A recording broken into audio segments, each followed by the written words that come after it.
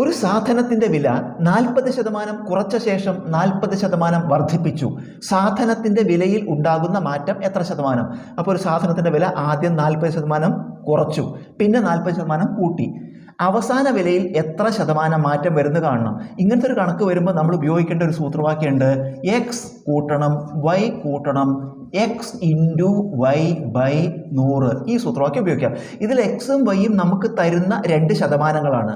ഇതിൽ ആദ്യം 40% കുറയ്ക്കുക. കുറയ്ക്കുമ്പോൾ നെഗറ്റീവ് ചിഹ്നം കൊടുക്കണം, കൂട്ടുമ്പോൾ പോസിറ്റീവ് ചിഹ്നം കൊടുക്കണം.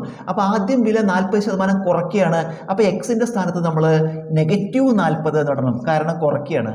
പിന്നെ എന്താണ് 40% കൂട്ടുക, അപ്പോൾ അത് പോസിറ്റീവാണ്. അപ്പോൾ നമുക്ക് എന്ത് എഴുതാം? പ്ലസ് വൈന് പകരം 40 എന്ന് എഴുതാം. പ്ലസ് ഇനി എക്സ് ഇൻറ്റു വൈ പറഞ്ഞാൽ ഇത് രണ്ടും കൂടി ഗുണിക്കുക. അതായത് -40 ഇൻറ്റു 40, -40 ഇൻറ്റു 40 ബൈ 100.